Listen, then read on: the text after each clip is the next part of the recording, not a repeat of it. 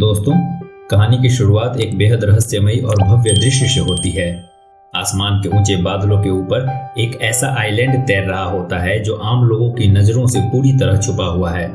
यह कोई साधारण जगह नहीं बल्कि एक पौराणिक और खतरनाक स्थान है जिसके बारे में सदियों से एक बात कही जाती है कि यहाँ एक ऐसा दिव्य हथियार छुपा हुआ है जिसे हासिल करने वाला इंसान भगवान जैसी शक्ति पा सकता है। और यह कोई छोटी मोटी ताकत नहीं है बल्कि इतनी जबरदस्त शक्ति कि वह इंसान आसमान और धरती दोनों को अपनी मर्जी से तोड़ सकता है। लेकिन इस शक्ति के साथ एक शर्त भी जुड़ी हुई है। कहा जाता है कि हर 10 लाख साल में सिर्फ एक ही ऐसा इंसान जन्म लेता है जो इस ताकत को संभालने के लायक होता है। इसी बीच शानदार रथ दिखाई देता है जिसे 9 विशाल और खतरनाक ड्रैगन खींच रहे होते हैं। वो रथ सीधे उसी तैरते हुए आइलैंड की ओर बढ़ रहा होता है। यह दृश्य साफ कर देता है कि अब इस शक्ति को पाने की होड़ शुरू हो चुकी है। अब कहानी हमें ले जाती है कि युद्ध क्षेत्र में, जहां कई ताकतवर योद्धा इकट्ठा हुए हैं, उनके सामने खड़ा होता है एक बेहद खतरनाक और स्किल्ड तलवारबाज जिसका नाम है लू शेंग। उसे उसके सम्राट ने एक खास मिशन दिया होता है कि वह सबसे ताकतवर योद्धाओं को चुने जो उस हिडन आइलैंड तक जाने के योग्य हो। अब योद्धाओं को परखने के लिए लू शेंग एक अनोखा टेस्ट रखता है। वह अपनी जेब से एक छोटी सी चमकती हुई जेड बॉल निकालता है और सबके सामने कहता है, जो भी यह जेड बॉल मुझसे छीन लेगा वही इस मिशन का हिस्सा बनेगा। बस इतना सुनते ही सभी योद्धा एक साथ उस पर टूट पड़ते हैं। कोई तलवार लेकर सीधे हमला करता है, कोई पीछे से वार करने की कोशिश करता है, कोई हवा में छलांग लगाकर ऊपर से हमला करता है। लेकिन लू शेंग कोई साधारण योद्धा नहीं होता। उसकी स्पीड इतनी तेज होती है कि उसकी तलवार हवा को चीरती हुई दिखाई देती है। वह एक साथ कई योद्धाओं को संभाल लेता है। उसकी हर मूव सटीक होती है, हर वार में कंट्रोल होता है और कोई भी उसके सामने टिक नहीं पाता। तभी भीड़ में से एक नया चेहरा सामने आता है, सू कोंग। उसकी चाल बाकी सबसे अलग होती है।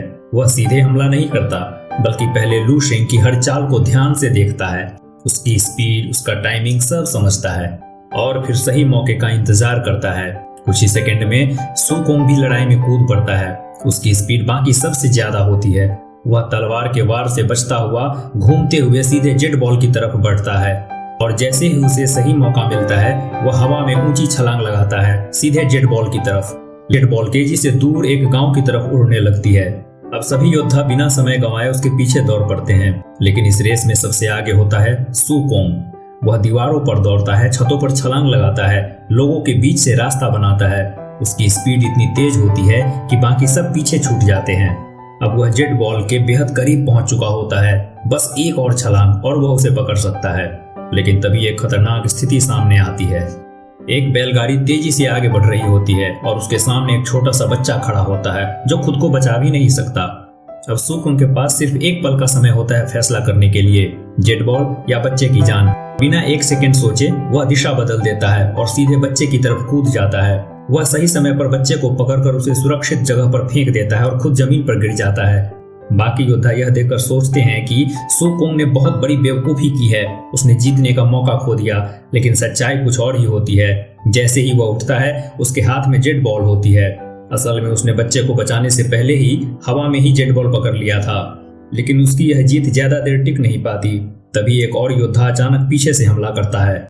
उसका नाम होता है यूकी। यूकी के पास कुछ जादुई चीजें होती है, एक अंगूठी और कंगन, जिनकी मदद से वह आसपास की चीजों को कंट्रोल कर सकता है।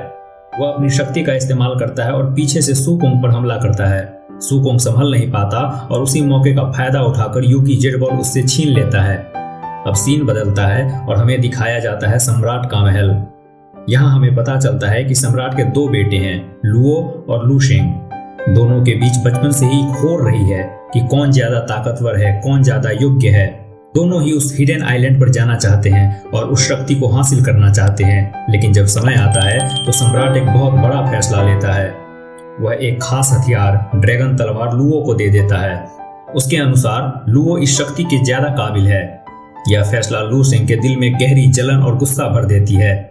दूसरी तरफ जहां सू कोंग बेहोश था, बेहोशी की हालत में ही सू कोंग को अपना अतीत दिखाई देता है। असल में सू कोंग अनाथ था। एक नामी लोहार ने उसे कुछ और अनाथ बच्चों के साथ पाला था। लोहार को सू कोंग में काबिलियत दिखती है और वो मार्शल आर्ट की ट्रेनिंग के लिए उसे शहर भेज देता है ट्रेनर के पास। लेकिन ये सब उनके लिए बिल्कुल भी आसान नहीं था। क्योंकि सुकोंग की ट्रेनिंग के बदले लोहार और दूसरे अनाथ बच्चों को लाखों तलवारें बनानी पड़ती है। सुकोंग के भाई बहन उसे वहां से ले जाते हैं। ये सब भी उस हिडन आइलैंड पर जाना चाहते हैं। अब कहानी एक और महत्वपूर्ण मोड़ लेती है। अलग अलग जगहों से चुने गए योद्धा एक खास जगह पर इकट्ठा होते हैं जहां एक रहस्यमयी पोर्टल मौजूद होता है। यहीं पर हम एक महिला योद्धा को देखते हैं जिसका नाम है केसी। केसी के साथ 4 खास गार्ड्स होते हैं जो आम सैनिक नहीं होते। उनके पास एक खास शक्ति होती है अदृश्य होने की। ये चारों गार्ड्स चारों तरफ फैल जाते हैं और पूरी जगह को सुरक्षित करते हैं। फिर केसी आगे बढ़ती है और पोर्टल को एक्टिवेट करती है। जैसे ही पोर्टल एक्टिवेट होता है एक तेज रोशनी चारों तरफ फैल जाती है। हवा में ऊर्जा की लहर दौड़ती है और एक एक करके सभी योद्धा उस पोर्टल में कूद जाते हैं और अगले ही पल वे सभी उस रहस्यमयी हिडन आइलैंड पर पहुंच जाते हैं। लेकिन कोई और भी है जो यह सब देख रहा होता है। दूर खड़े होते हैं सुकोंग के भाई बहन। वे यह पूरा दृश्य देखते हैं और समझ जाते हैं कि अब समय बहुत कम है। वे तुरंत सुकोंग के पास जाते हैं और उसे जगाते हैं। सुकोंग होश में आता है और उन्हें देखकर हैरान हो जाता है। वे उसे बताते हैं कि अगर उसे उस आइलैंड तक पहुंचना है तो उसे अभी तुरंत शहर में घुसकर उस पोर्टल तक पहुंचने का कोई रास्ता ढूंढना होगा। सुकोंग उन्हें रोकने की कोशिश करता है। उसे लगता है कि यह बहुत खतरनाक है, लेकिन उसका भाई उसे रोक देता है और उसे याद दिलाता है कि उसकी ट्रेनिंग के लिए उन्होंने 10 लाख तलवारें बनाई थी ताकि एक दिन हम वो महान हथियार हासिल कर सके। यह सिर्फ उसकी लड़ाई नहीं है, यह उन सब की मेहनत और सपने की लड़ाई है। अगर वह अब पीछे हट गया तो सब बेकार हो जाएगा। सुकोंग अपने भाई बहन को रोकने की कोशिश करता है, लेकिन उनका फैसला पक्का होता है। वे जानते हैं कि यह रास्ता आसान नहीं है, लेकिन अब वापस मुड़ने का कोई मतलब नहीं। अब वे सभी चोरी छिपे शहर में घुसते हैं। चारों तरफ सख्त पहरा होता है।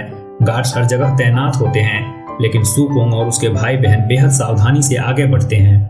दीवारों के पीछे छुपते हुए, छतों के रास्ते चलते हुए, हर कदम सोच समझ कर रखते हैं। काफी मुश्किलों के बाद वे आखिरकार उस जगह तक पहुंच जाते हैं जहां पोर्टल मौजूद होता है। लेकिन जैसे ही वे पास जाते हैं वहां खड़े 2 गार्ड्स उन्हें रोक लेते हैं। गार्ड्स उन्हें ऊपर से नीचे तक देखते हैं और उन्हें कमजोर समझकर मजाक उड़ाते हैं। वे कहते हैं कि ये मिशन उनके बस की बात नहीं है। लेकिन इस बार सुकोंग अकेला नहीं होता, उसके भाई बहन भी आगे आते हैं और बिना समय गंवाए सीधे गार्ड्स पर हमला कर देते हैं। एक तेज और छोटी लेकिन खतरनाक लड़ाई होती है। गार्ड्स तलवार निकालते हैं, लेकिन सुकोंग के भाई बहन मिलकर उन्हें दबा देते हैं। तेज मूव, सही टाइमिंग और टीम वर्क, कुछ ही पलों में दोनों गार्ड्स हार जाते हैं। अब रास्ता साफ होता है। वे तुरंत पोर्टल को एक्टिवेट करते हैं। एक बार फिर वही तेज रोशनी फैलती है और अगले ही पल वे सभी हिडन आइलैंड पर पहुंच जाते हैं। लेकिन जैसे ही वे वहां उतरते हैं उनके पैरों तले जमीन खिसक जाती है।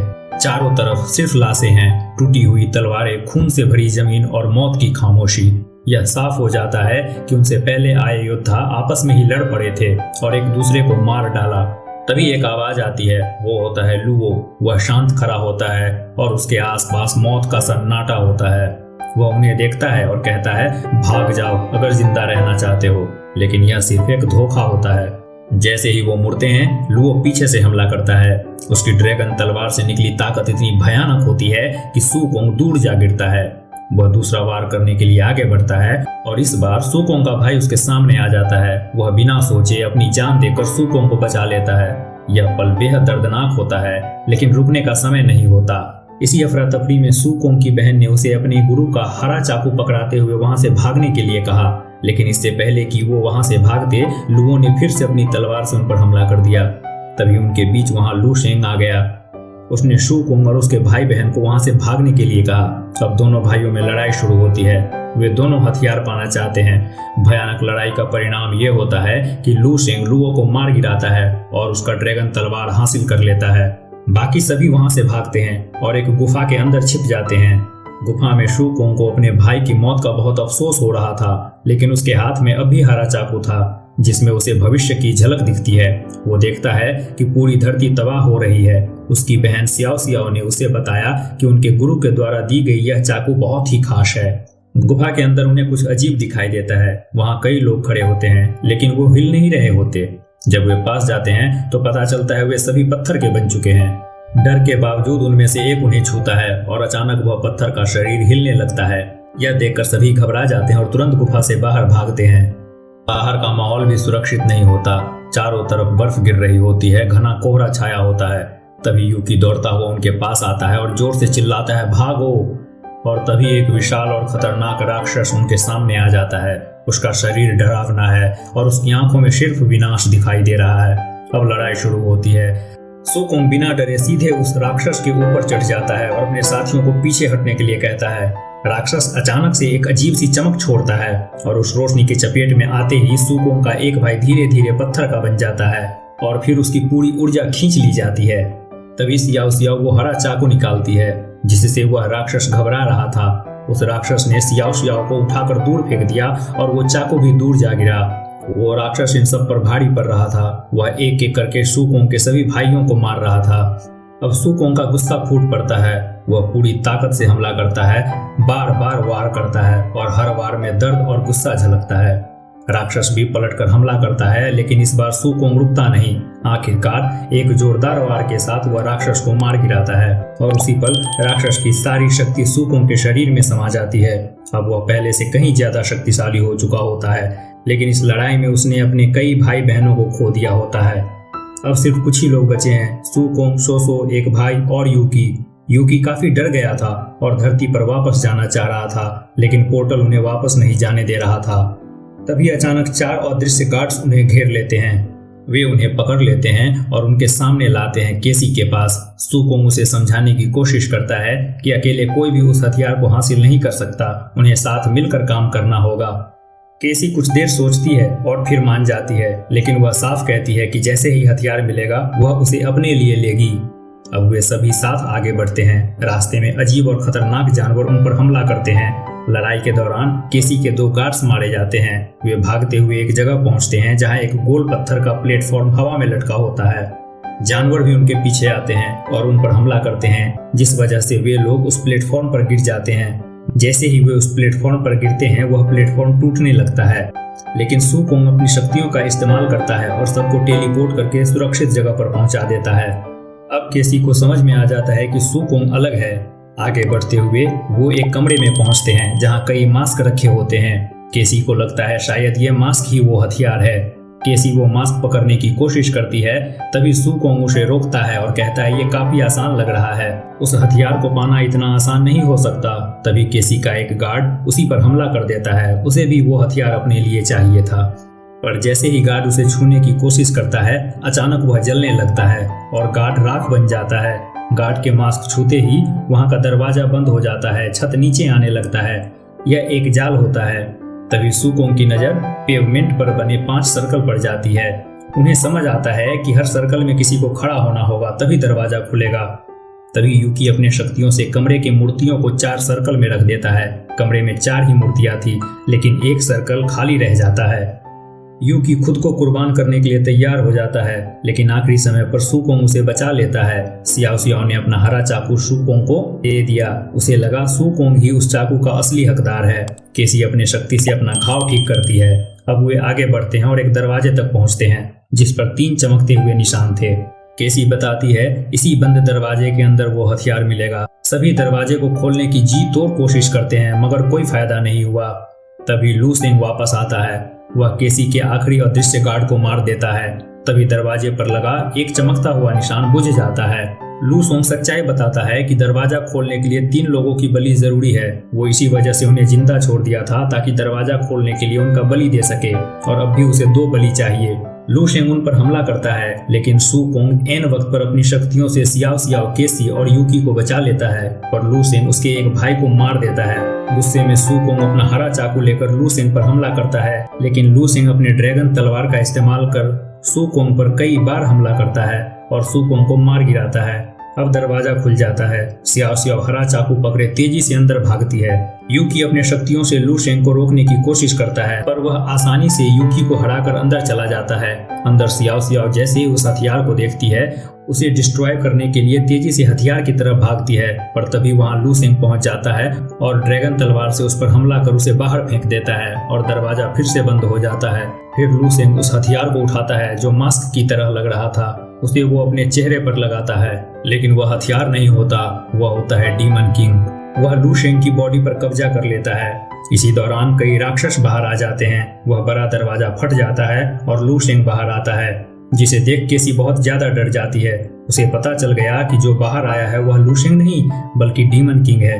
दरअसल डीमन किंग ने ही अफवाह फैलाई थी हथियार के बारे में, ताकि वहां योद्धा आ सके जिनकी मदद से वह आजाद हो जाएगा। अब जब डीमन किंग आजाद हो चुका है, उसे दुनिया को तबाह करने से कोई नहीं रोक सकता। अब डीमन किंग अपनी शक्तियों का इस्तेमाल कर हवा में तैर रही उस आइलैंड को धरती पर गिराकर सब कुछ खत्म करना चाहता है। केसी समझ जाती है कि अभी डेमन किंग की शक्तियां पूरी तरह वापस नहीं लौटी है। वह यूकी और सियाओ सियाओ से उसकी रक्षा करने के लिए कहती है ताकि वो अपनी शक्ति से सू कोंग को जिंदा कर सके। आइलैंड को जमीन पर गिरता देख होली किंगडम के सम्राट और बाकी योद्धा अपनी अपनी तलवारें आइलैंड की तरफ आसमान में फेंकते हैं, जिससे आइलैंड के चारों तरफ एक शील्ड का निर्माण हो जाता है। केसी को बचाने के लिए यूकी ने भी अपनी आखिरी ताकत लगाते हुए एक शील्ड बनाता है ताकि राक्षस से केसी और सू कोंग की रक्षा कर सके। आखिर में अपनी पूरी ताकत लगाकर यूकी उस पुल को ही उड़ा देता है और अपनी कुर्बानी दे देता है। इधर केसी भी इस उम्मीद में अपनी आत्मा देती है कि सू कोंग वापस जिंदा होकर दुनिया को डीमन किंग से बचा सके।